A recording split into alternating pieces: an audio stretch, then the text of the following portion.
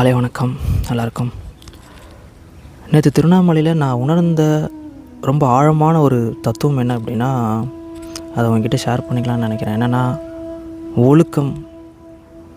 சும்மா சொல்லலாம் ஒழுக்கமாக இருக்கணும், நான் ஒழுக்கமாக இருக்கணும்னு சொல்லிக்கலாம். ஆனால் அதை நம்ம உணர்ந்தோமா, அது ரொம்ப முக்கியமான ஒரு விஷயம். நம்ம உணர்ந்தோமா அப்படின்றது ரொம்ப ஆழமான ஒரு இருக்க வேண்டிய ஒன்று, எல்லாருக்குள்ளேயும் இருக்க வேண்டிய ஒன்று. அது திருவள்ளுவர் உணர்ந்ததுனால தான் அதை சொல்லியிருக்கிறாங்க. எனக்கு நடந்த நேற்று நிகழ்வுகள் எல்லாத்தையுமே ரொம்ப டீப்பாக கவனித்தேன். நான் ரொம்ப டீப்பாக கவனிக்கும் போது என்கிட்ட இது என்ன சொல்ல வருது, இந்த மனிதர், இந்த உயிர், இந்த நிகழ்வு, இந்த ஒரு சம்பவம் என் வாழ்க்கையில் எனக்கு என்ன உணர்த்த வருது அப்படின்னு நான் ரொம்ப டீப்பாக கவனிக்கிறேன். அந்த டீப்பாக கவனிக்கும் போது, டேய் நீ எங்கேயோ ஒழுக்கத்தை மிஸ் பண்ணுற, அது இன்னும் கொஞ்சம் டீப்பாக பாரு, உற்று நோக்கு, ஆழமாக போ, அதுக்குள்ளே கடந்து போ அப்படின்னு எனக்குள்ளே ஒரு குரல் கேட்குறது என்னால் கவனிக்க முடிஞ்சுது.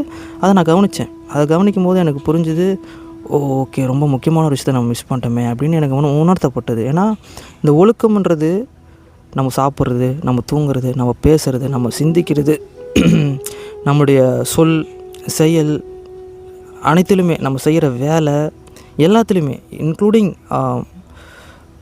படுக்கையறையில் ஒரு ஆண் பெண் இணையறதில், அதில் கூட அந்த ஒழுக்கம்ன்றது இருக்குது. நம்ம அதை தவற விட்டுறோம். ஏன்னா அந்த ஒழுக்கம்தான் ஒரு மனிதனை முழுமையடைய செய்யுது. ஒரு ஆன்மீக வாழ்க்கையை முழுமையடைய செய்து, ஒரு உலக வாழ்க்கையை முழுமையடைய செய்து. ஸோ ஒழுக்கம் என்பது ஒரு வாழ்க்கையில் ரொம்ப முக்கியமான ஒரு விஷயம். இது நேற்று நான் உணர்ந்தது. நான் என்ன சொல்கிறேன்னா, நீங்கள் உணருங்கன்னு சொல்கிறேன் நான். நீங்கள் உணர்றதுக்கான வாய்ப்பு ஏற்படுத்திங்கன்னு உணரணும், சரிங்களா? ஸோ அதுதான் ரொம்ப முக்கியமான ஒரு விஷயமாக இருக்குது, சரிங்களா? அது என்ன நீங்கள் பார்த்துக்குங்க.